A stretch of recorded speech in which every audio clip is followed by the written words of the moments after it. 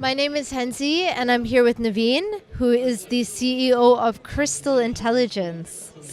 Hensi, pleasure to be here. Thank you very much for inviting me. It's a great time to be in Dubai at the Dubai Fintech Summit and to be with your esteemed organization. Thank you, Naveen. I have been looking forward to this interview all day. I'll do my best. No pressure.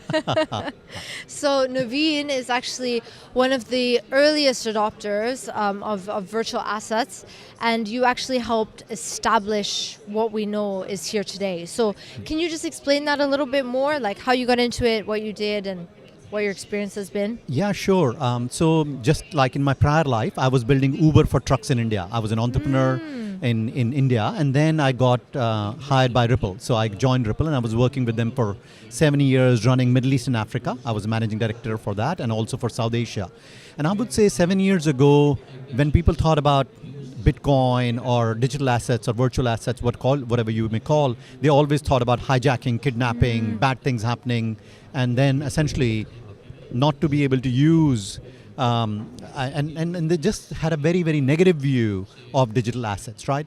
And over 7 years, I have spoken at countless conferences, spoken to a number of people, educating them about many, many other use cases. And the easiest way I think about it would be, if you look at 1995, the way internet was born, or the way people knew internet was Napster. Right? People would download music, and it was pirated music, of course, and it was for illegal. At that time, pirated music was illegal, and in fact, it destroyed the whole of the music industry, right? But then came year 2000, you had companies like Google, you had companies like Facebook, who essentially came in, and they were very, very legit use cases. And that's what I have been educated people about. Speculation is just one of the use cases. But now, for example, you see stable coins, you see USDC and USDT, and people essentially using it for remittances, money moving in and out. And that's what my push has been. Don't blame the technology. Technology was always preceded by, let's say, not so good use cases, a lot of scams. But after that, the technology stabilizes and better use cases come around. And that has been a journey, right? So having spoken to a lot of people about it. And that's the reason lots of people, they call me OG, because I've been coming to this region and have been based in this region for many, many years, educating, speaking to people, and bringing them to the vibrant space that we are here today in Dubai. Good, and once you bring them in, they never leave, right? 100%, and also when people experience the benefit, right? So if you look at the UAE itself, 90% of the people who live here are foreigners, right? Who are outside of the different country, including you and me, right? We are here, but we are guests, right? And then sometimes we need to send money back to our homes, right? And the biggest use case is remittances, and there is no bigger use case for crypto than remittances. You're able to send money from point A to point B, country A to country B, without any friction, almost at nil cost, and that's great. And you can do it legally here in the UAE, and say, for example, send it to somebody there in the UK, and it'll just take a few minutes almost at zero cost. And to me, that's great. No, I agree with you, because essentially virtual assets, it's just an extension of fintech, right? It is financial tech, right? If we break it down even further. And we all know that fintech has such a huge potential for just in general benefiting our lives and making them so much better and easier and benefiting so many more people. So I agree with you. I love the space, but there's a few people that do make it look bad, but that's why I like where you're heading with things, and that's why we're pushing for regulation, making sure people know what's right and wrong, etc. True, 100%, and that's the reason I think it's a good segue into Crystal Intelligence, what we do today, right? Exactly. So we're a business which essentially helps the government track where crypto is going, right? So today, of course, crypto is used for right sources, but like you rightly said, sometimes crypto is used for wrong reasons. So then we are a tool for the government to provide our blockchain analytics to essentially trace where crypto has gone, do investigation, support the police, support the regulatory agencies, support the central bank for them to have the right data so that then they're able to stop from the wrong things to happen. We also work with exchanges, we work with OTC desks, we work with mutual funds who are essentially using cryptos to essentially make sure that they don't receive or send money to wrong wallets. They don't essentially send money to somebody who has been used in, for example, with North Korea or with sanctioned entities, or in some cases, drugs, crime, or lots of other sources. So we are that enabling force. We are that data analytics company that empowers many of these governments to make the best decisions and for the law enforcement to catch bad people. But I'm just thinking about how you would do this, right? Like, So do you then just put a wide net and investigate wallets and then blacklist certain wallets that you know are associated with certain whatever, right, groups, and then you track it that way? Because I find it difficult to understand when we're working with anonymity, like, Yeah. because I know you can track wallet to wallet transfers, but I mean, when the money is mixed even in those wallets, I mean, how do you? Can you just go into more detail? Yeah, Should've just absolutely. said I'll that. try to do as much as possible, right? Should've just So said basically, firstly, we have multiple sources of data, Yeah. right? So of course, there's a lot of data for blockchain that's public. So we get a huge amount of public data, but we also get data from proprietary sources, right? And we also get data from many other sources which we pick up, right? And this is more even from the fiat world as well, right? And that data is essentially put together, and then we generate number of algorithms, right? So what you would be surprised is, like they're multinational companies, right? And there is some patterns, right? So we say X is a global product, right? Or X is a product that essentially is available in multiple countries. You would be surprised. Actually, a lot of criminal activity is similar as well, right? The behavior of tax evasion is similar. A lot of drug dealing is actually almost like a multinational corporation all around the world. And we recognize these patterns. And when we recognize these patterns, we give this to the law enforcement, which essentially then uses it to essentially use their investigative powers to then go ahead and catch bad people. A lot of time investigations come to us, right? There is a fraud that has happened, there is a hijacking that has happened in which the money has been paid with crypto, right? And then for us to be able to track, trace, even if it goes in mixers, to be able to demix that. And there are a number of algorithmic techniques that are involved, which then help us to bring back those results to law enforcement. Just to be very clear, we ourselves don't do any law enforcement because that's not a right, but we essentially enable, empower, provide the analytics to the governments who are then able to make a much better decision. So the easiest way to think about it would be it's a cat and mouse game. So of course, criminals are smart, but we have to be smarter than them. So they can do mixing, we can do demixing, right? So it's a back and forth that we essentially work towards, right? And great thing about blockchain is a lot of data is public, and hence we are able to take it from public sources to then be able to use it later for common good. Using blockchain against itself. That's correct.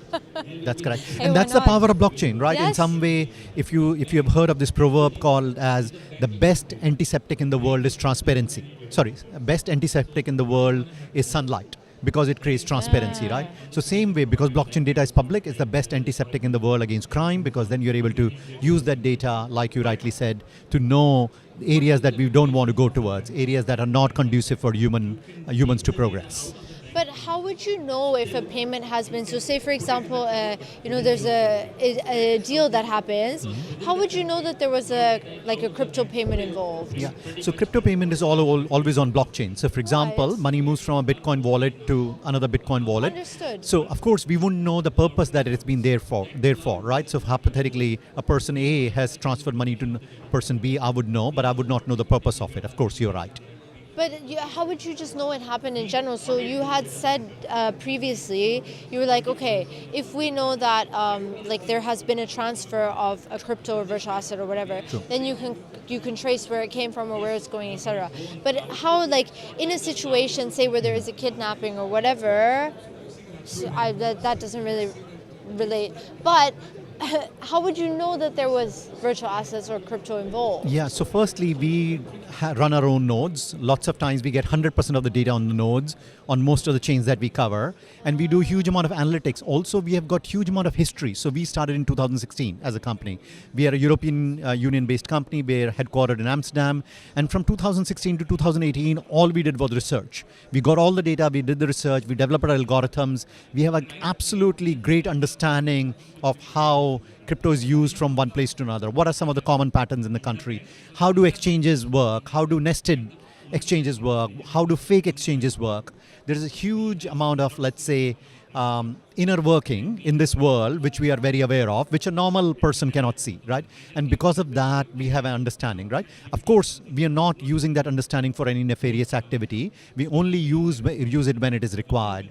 When either a law enforcement needs our help, a regulator needs our help, exchange needs our help, or when we have to assign a risk score. So what we are not able to say is who's behind a particular wallet, but we're able to assign a risk score to say, this is definitely a bad wallet, right? It's being used for bad purposes. Either it could be drugs, gambling, what have you, or this is a good wallet, right? This has never been used. Both the people who have ever paid money into this wallet or have taken money out of this wallet have never been accused of anything by any government around the world at t is equal to 0 at this particular point. And that gives you a certain comfort to say, hey, whether this particular wallet is good or not.